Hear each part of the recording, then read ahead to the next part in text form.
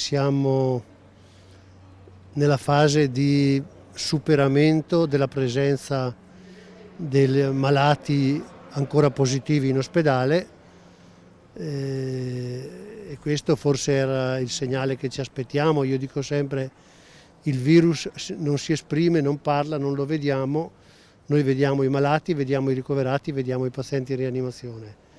Il fatto che si stia prosciugando il numero di malati sia in degenza che in rianimazione vuol dire che quello che noi abbiamo fatto finora con l'ospedale, col territorio, col distanziamento, con di fatto la diluizione del virus ha funzionato. Non possiamo permetterci ricadute, quindi stiamo molto attenti. Il Veneto ha avuto il grande pregio di essere pronto quando bisognava essere pronti.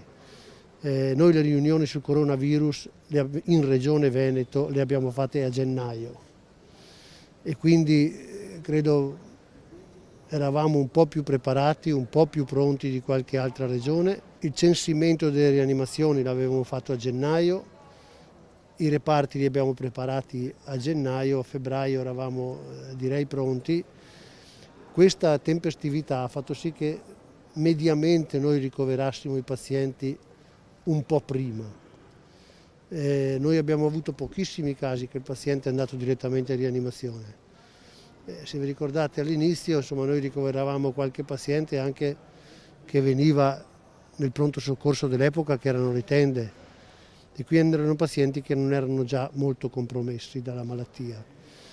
Oggi c'è una minor circolazione di virus e probabilmente anche i positivi hanno meno virus, non è un virus meno potente, hanno meno virus in corpo e quindi la malattia è un po' più leggera.